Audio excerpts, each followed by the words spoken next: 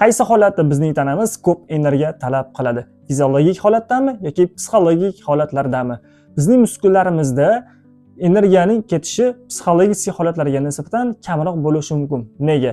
Sabab bizning asab hujayralarimizdagi nerv impulslariga ketuvchi elektr va kimyoviy energiyalar muskul hujayralariga ketuvchi energiyadan sal kamroq bo'lishi mumkin. Nima uchun? Inson tanasida har soniyada yuzlab va minglab impulslar amalga oshadi va bu impulslar amalga oshish uchun esa albatta katta energiya kerak bo'ladi. Charchoq qachon yuzaga keladi?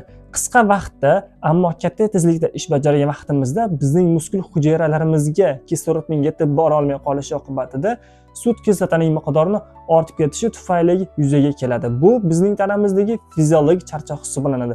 Psixologik charchoq esa bizning asab tollarimiz yuzaga keluvchi qisqa tutashuvlar oqibatida hayollarimizning tartibining buzilishi, stress oqibatida diqqatimizni jalmay olmay qolishi oqibatida yuzaga kelishi mumkin. Bu bizni har xil emotsional holatlarga tushib qolishimizga sabab bo'ladi. Demak, bu jarayonga ko'p energiya talab qiladi. Bekorga aytilmagan jismoniy mehnatdan ko'ra aqlli mehnatga ko'proq energiya ketishi kerak deb.